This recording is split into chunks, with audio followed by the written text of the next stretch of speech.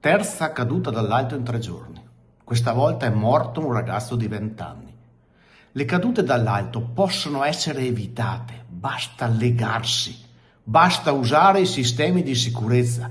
Sembra che la vita umana sia lasciata in secondo piano. Non si dà pace Roberto Toigo, segretario regionale della UIL, per la tragedia sul lavoro di giovedì pomeriggio costata la vita all'operaio Riccardo Valentin Moraro. Il ventenne risultava residente a Loria, nel Trevigiano, anche se la famiglia da anni non viveva più lì e il giovane era domiciliato a Campo San Piero, nel Padovano.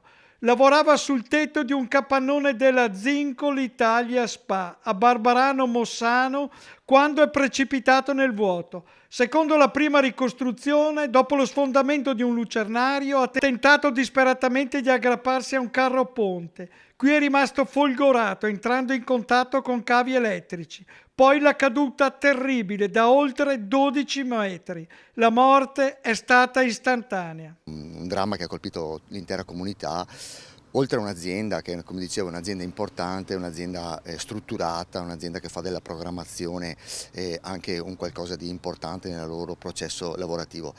Pertanto si è rimasti senza parole. Il sindaco Cristiano Pretto esprime il cordoglio della comunità, mentre la procura di Vicenza ha aperto un'inchiesta per omicidio colposo.